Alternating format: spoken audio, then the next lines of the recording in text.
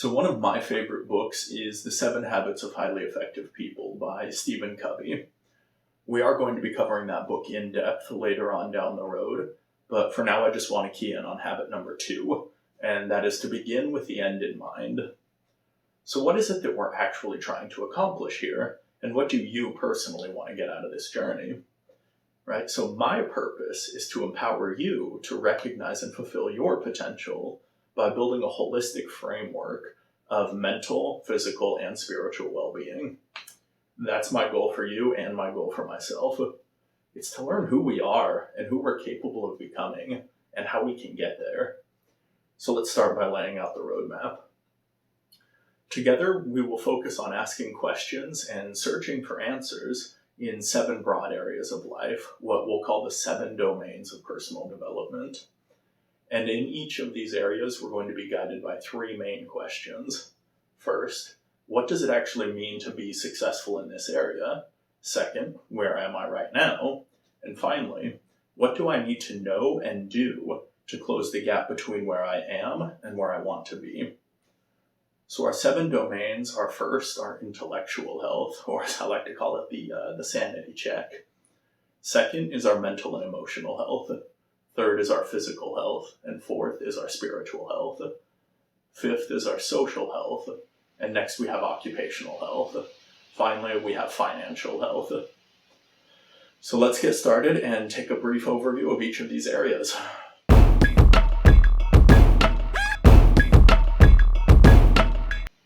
Like I said, domain 1, our intellectual health, I like to call this the sanity check, because it seems like the only thing that we can all agree on these days is that we have collectively lost our minds, right? So step 1 is that we need to build a solid foundation for the rest of our journey moving forward. We need to learn how to think clearly, how to think properly, how to research subjects effectively, how to analyze sources and fact-check claims. Generally, we have to be able to distinguish truth from untruth, because it's not going to help us if we go through all of this effort and just end up deluding ourselves. So I want to start by building that foundation to investigate the rest of these problems from, because if we're not guided by the light of reason, then we're certain to get lost along the way, right? So rationality, then, is the necessary foundation upon which all of the other virtues, goals, and qualities has to be built. Because if we can't think effectively, then we can't hope to understand and interact with the world effectively. And that's going to hinder all of our progress and our work on this journey forward. So our intellectual health represents our ability to engage with information and ideas in a rational and reasonable manner, and to form well-reasoned beliefs and opinions, and also to engage with dissenting beliefs and opinions critically, but also to do so respectfully and with an open mind. Next is our mental and emotional health.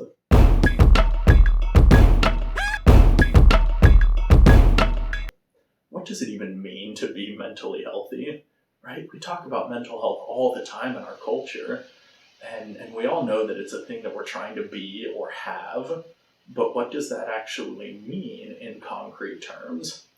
How does a mentally healthy person think and feel and behave? How do they relate to and treat themselves and other people? What do their coping skills look like, and how do they handle stressful and negative situations and the inevitable disappointments that arise in life? How do our values, beliefs, and experiences factor into our conceptions of mental health? If we want to have mental health or to be mentally healthy, but we don't know what that actually means in concrete terms, then it's going to be a lot more difficult for us to actually reach that goal. So we'll start by digging deeply into what it really means to be mentally healthy, so that then we can start learning how we can become a mentally healthy individual. Next, we have our physical health.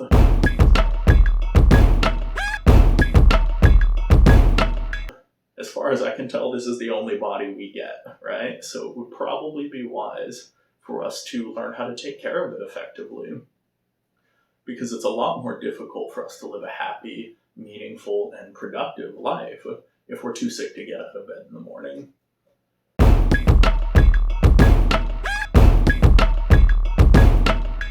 Now, Now, spiritual health can be tricky. It can be hard to define spirituality, but I do like the definition that's offered by Philip Sheldrake in his book, Spirituality, A Very Short Introduction. And keep your eye out for that very short introduction series, because we are going to be using that a lot over the coming years. So spirituality, as Sheldrake defines it, stands for lifestyles and practices that embody a vision of human existence and of how the human spirit is to achieve its full potential. In that sense, he continues, spirituality embraces an aspirational approach, be it religious or secular, to the meaning and conduct of human life. So spirituality can represent our sense of connection to something that's bigger than ourselves, and it's the level to which we feel that our life individually has purpose, meaning, and joy, not only in this life, but also in any life that we might believe awaits for us. And it typically engages with themes and ideas and principles that are beyond the mundane and day-to-day necessities of life by integrating those necessities as a piece of a greater whole. So it's a system of beliefs that guides us to the fulfillment of our personal highest ordering principles. And it helps us to endure the stress and the conflict and the disappointment of life. And it becomes that framework through which we are able to justify and transcend the suffering that's inherent in the human experience.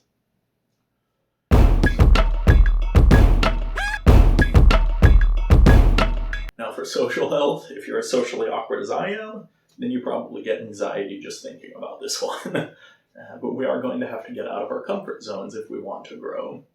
So our social health, it refers to the ways in which we're able to create healthy, stable, and positive relationships, our ability to handle conflict, to adapt to new social situations, create healthy boundaries, and create meaningful, functional, healthy relationships that contribute to the overall well-being of everybody involved.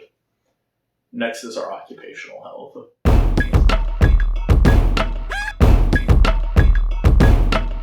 And this measures our level of personal engagement, satisfaction, and fulfillment with our work life. This can include the relationship between our personal values, goals, and interests, and the values, goals, and interests of our work environment, as well as, of course, our workplace relationships, our level of autonomy with our work, and the level of satisfaction and recognition, and the value that we feel we receive from our work.